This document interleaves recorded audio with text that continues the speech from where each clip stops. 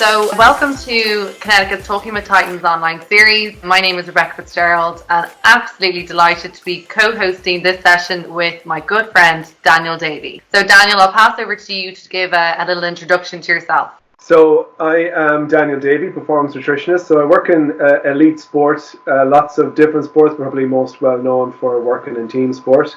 But I'm a big golf fan, and I also love working with golfers. So I'm very excited about talking nutrition and preparation for all things golf, and I suppose the training and mental side of things as well. So I guess maybe let's start with Lisa, if you want to kind of give us a bit of an introduction as well. Yeah, for anyone that doesn't know me, my name is Lisa Maguire. I'm a former professional golfer at this stage, and still an avid golf fan and overall sports nut. And for this past year, I've been working as a player manager for Modest Golf Management. So I spend my days now traveling outside the ropes versus inside the ropes, and just trying to grow the game as much as I can, since kind of hanging up the golf shoes, I suppose you'd probably call it. And now over to you, Leona. Yeah, so I'm Leona Maguire, Lisa's twin sister, obviously, professional golfer on the Ladies European Tour and LPGA. So turned pro June of 2018, and this year was supposed to be my first year on the LPGA. Oh, supposed to be. Technically still is, I suppose. It's just on pause. On pause, exactly. And we're going to come to how all of that feels in a second. So let's hear a little bit about your family, your mum, your dad. We know you have a little brother who's supposed to be doing his leaving cert soon. So give us a little bit of inside goss into what the family structure is like. Lisa, start with you. I think I'm going to call out the names. So I suppose there's 5 of us here at home. The 2 of us, me and Leona, and then Oran, he's turned 18, I suppose, at this stage. And yeah, like you said, he's getting ready to do his leaving cert, so he's spending a lot of time studying for that. He's an avid golfer as well, so he's trying to take some time out and practice whenever he can. Mom and Dad, Breda and Declan, they're both primary school principals, so as was the same with Oran now, and the same as what we were growing up, they always, I suppose, taught us the importance of putting the studies ahead of sport. Dad's a huge golf fan and a huge sports fan, a big GAA man, so obviously sport was a big background for us growing up, but yeah, obviously school was important too, so it's just trying to find the balance of both here at home. And then Leona, so I suppose following on from that, if GAA is kind of a bit of the background there, why golf? And I know swimming was a part of some of your, I think, sporting hobbies as well at one point. Yeah, I mean, growing up we played pretty much every sport. I mean, there's so many balls and bats and rackets and whatever else around our house. And yeah, we swam a lot when we were younger. And then Lisa broke her elbow when we were about 9 maybe, fell and tripped in a playground and broke her elbow. And I think one of the specialists she went to told Dad it'd be good to get it moving in, get to play a racket sport, something like that. And when Dad heard racket sport, he heard golf. A golfer himself, he'd been trying to get us to play for a while. We tagged along every once in a while, like caddying for him and stuff like that, but never really played ourselves. And then he bought us 3 clubs. It was like a putter and maybe like a 7-iron and some sort of wood. And yeah, kind of just kicked off from there really. And yeah, 15 years later we're still playing.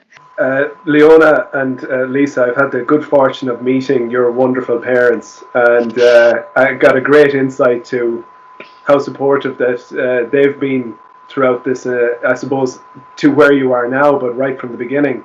You've given some nice insights to your dad, Declan. What about Mum? What sort of role has she played? Yeah, I mean, I suppose Mom's one of those people that's probably spent more time on a golf course and has never actually hit a shot herself. She happily walks outside the ropes, enjoys being out on the golf course, being out in the fresh air. Yeah, she's long been the taxi driver and the chef and laundry doer and all the rest, all the things behind the scenes. Making sure the homework was done before we went out in case we tried to sneak out with having that done. And yeah, I mean, they've both been a tremendous support for us for a long time, and we definitely couldn't have done it without all the time and effort and money and everything that they have put into both our careers. One other very quick question. I was fascinated quite recently with Rory McIlroy's podcast, and he mentioned about how many holes he used to play when he was young. Do you have any recollection of playing crazy numbers of holes on any given day or week? We're kind of lucky we're so close to the golf course here. I suppose we had a lot of summers growing up where we used to get dropped up in the morning, whenever it was light, 7, 8 o'clock in the morning. And I think it must have been in the early years because we didn't even have a phone at the time. And actually one of the holes of the par 3 runs quite close to the road. So we were just within distance that we could use walkie-talkies. So Dad had one walkie-talkie with us. One walkie-talkie was at home. So if you wanted lunch, you went down to the gate. You got on the walkie-talkie to see if Mum would drop you up a sandwich.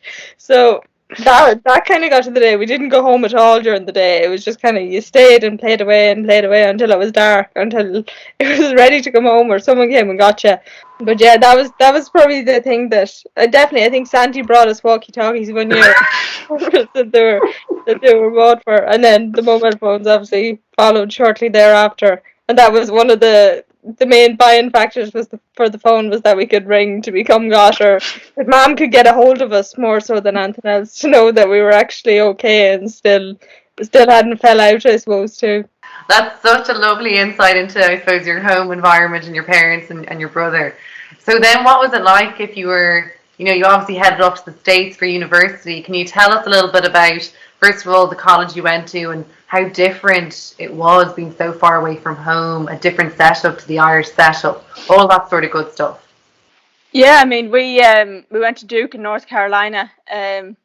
I suppose Duke was probably one of the smaller schools we looked at, only 5,500 students, so we didn't want to go to a sort of a massive US university where, I mean, we're from a small town, a rural area, so we didn't want to go to a major city, and Duke's sort of academic and golf programs have always been regarded as some of the best in the country, and I suppose Mum and Dad were keen that we'd get a good degree. At the same time that it'd be actually worth something when we came home, and then at the same point it was one of the best golf programs in the country, so it was an easy choice in that regard. And then I think we got our Leaving Cert results on the Wednesday and headed for the States on the Friday.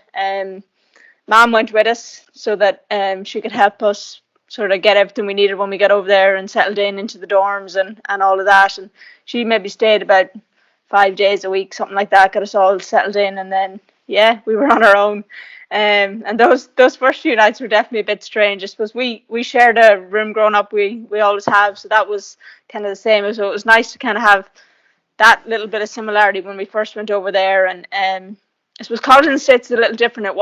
It's not like here where a lot of our friends that were in college in Dublin or Maynooth or wherever went home at the weekends. Nobody in the US went home at weekends, so we were kind of all in the same boat. And there was so much stuff going on. There was your schoolwork to do, and then there was, I mean, being big sports fans ourselves, we were at a soccer game or a basketball game or hockey match, or we were at something different every weekend or every other day of the week. So there wasn't as much time to be homesick. You weren't sitting around wondering what everybody else was doing. And then sort of we rang home in the evenings or whatever like that every few days just to check in with everybody. And Lisa, what about yourself? I suppose it was just a little different. I suppose we'd always seen like American college or American universities kind of in movies, and I suppose that was the one big thing. We actually got to go over because we were considered international students. We got a few days kind of head start on everybody to kind of move in. I suppose our corridor had a lot of athletes. The hockey team had kind of already moved in because they'd been doing pre-season training, so we'd kind of met a few people. But I'll never forget the two girls that moved in kind of across the hall from us. When we landed, we had like a suitcase each, and then Mom had the suitcase that was still full of our stuff. So between us all, we had 3 suitcases full of our stuff and 2 backpacks. And then a big U-Haul truck arrived for the two across the hall. And they took in and they gutted the rooms. The rooms in the dorm were very simple. They just had two, they called them lofted beds, so you could put stuff underneath, and they had a desk and a wee table and a small little walk-in wardrobe type thing. And they came in, they gutted the room, lifted the carpets, put up their own curtains, had everything was kind of embroidered with their initials. Just, I remember we looked at Mom just kind of with our kind of jaw on the floor, and she was like, right. She was like, I'm off. Do you need anything else? And it was just kind of, it was just the stark difference between kind of us coming with the 2 suitcases. But we had everything we needed in the 2 suitcases, and we were grand and happy out.